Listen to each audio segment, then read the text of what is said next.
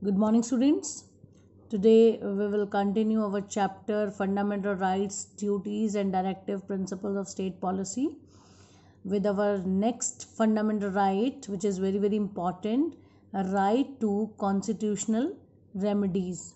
Here, remedies means treatment. Okay, वो treatment नहीं जो डॉक्टर आपको दे रहा है. Treatment means if in the case if your fundamental rights has been violated then what you do. आपको बहुत सारे फंडामेंटल राइट्स मिले. Fundamental right of speech and expression, you are free to move any part of the country, you can adopted any profession or occupation, any religion of your choice. बहुत सारे fundamental rights आपको मिले.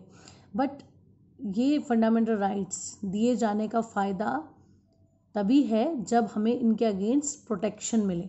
तो कौन हमें protect करेगा कि हमारे फंडामेंटल राइट्स का वायलेशन ना हो.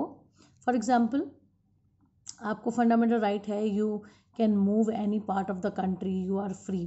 बट अगर कोई पकड़ के आपको जेल में डाल दे और 10 दिन तक जेल में रखे उसके बाद छोड़ दे, तो आपका फंडामेंटल राइट जो कहीं भी घूमने का है, you are free, totally free, लेकिन उस केस में आपके फंडामेंटल राइट का वायलेशन हुआ, एक्सप्लॉयटेशन हुआ. In this case what you do, she or he may request the Supreme Court or High Court to issue the appropriate writ. अब ये writ क्या है? बेसिकली writ क्या है?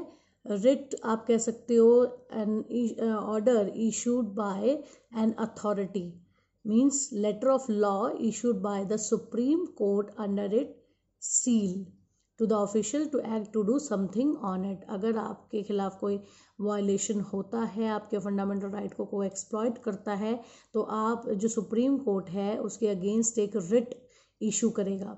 मतलब एक तरह से आप कह सकते हो प्रोटेक्शन एक्ट और a formal written law order issued by the court. We have some writs are there. First one is habeas corpus, second mandamus, third prohibition, fourth quo warranto, and fifth certiorari.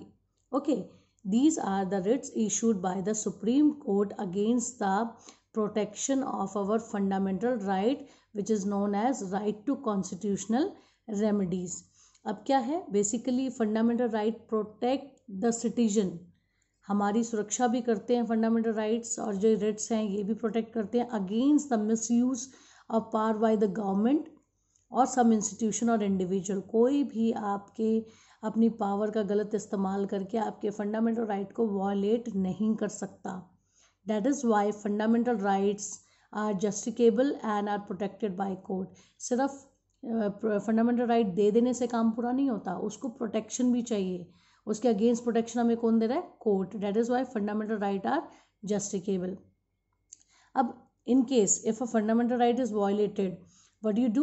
One can move to the court of law and seek justice. Court जा सकते हो, court उसके against एक writ issue करेगा और आपकी protection होगी. But it doesn't mean that fundamental rights are unlimited and absolute. इसका मतलब ये नहीं है कि आपके पास अनलिमिटेड अधिकार है जिनका आप यूज़ कर सकते हो.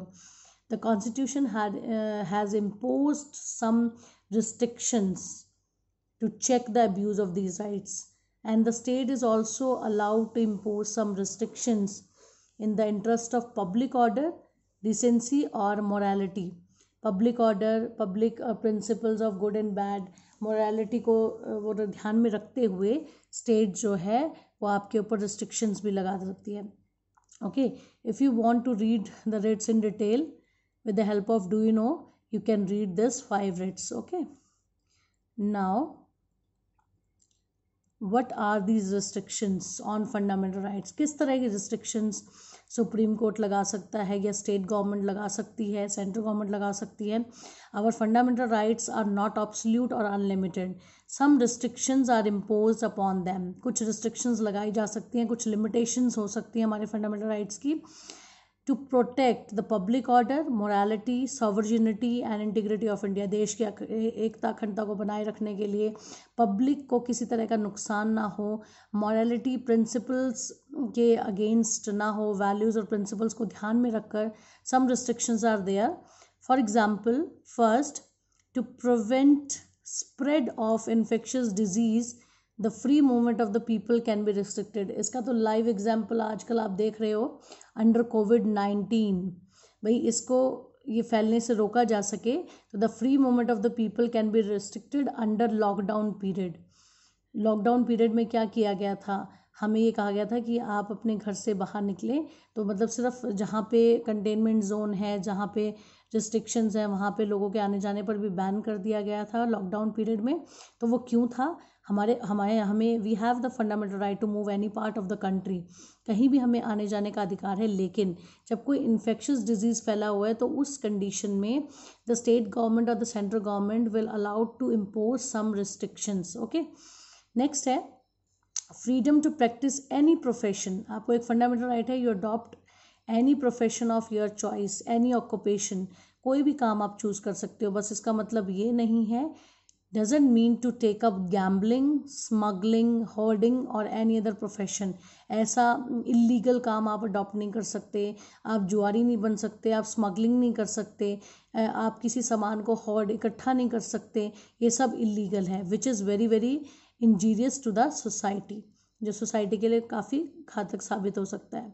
नेक्स्ट है nobody can claim to be a doctor or a lawyer unless she or he has the essential qualification. ऐसा नहीं है कि जैसे पहले होते थे कि किसी ने भी ऐसी अपना घरेलू ज्ञान बना लिया मेडिकल के फील्ड में और वो लोगों को दवाइयाँ दे रहा है, अपने आप को डॉक्टर डिक्लेयर कर रहा है. This is impossible if he और she has the essential qualification for डॉक्टरी या लॉयर. ऐसा नहीं कि कोई लॉयर ऐसे ही बन गया बिना डिग्री के वो केसेस लड़ रहा है, तो ये बिल्कुल भी अलाउड नहीं है. Nobody can claim to be a doctor और लॉयर विदाउट एसेंशियल क्वालिफिकेशन. बिना क्वालिफिकेशन के कोई अपने आप को डॉक्टर लॉयर डिक्लेयर नहीं कर सकता. जैसे पुराने ज़माने में आपने देखा होगा कि झाड़ फूँक करने वाले बाबा वगैरह या औषधि दे देते थे कि ये दवाई मैं दे रहा हूँ, ये दवाई मैं दे रहा हूँ, तो इस तरह से डॉक्टर डिक्लेयर नहीं कर सकता अपने आप को. नेक्स्ट है freedom of expression does not mean to speak or write anything you feel like. आपको फंडामेंटल राइट है, you express yourself, you are free for speech and expression. पर इसका मतलब ये नहीं है कि आपकी स्पीच और एक्सप्रेशन पब्लिक को डिस्टर्ब करे and disturb the public peace और हार्मनी. ओके, और ये क्या हो, it against peace, it is not allowed under this restriction on fundamental right. Students, I hope you have understood these two topics, right to constitutional remedies or restriction on fundamental right. Okay, you will read this topic with the help of your book and find out the question answers related to these topics. Thank you student, have a nice day.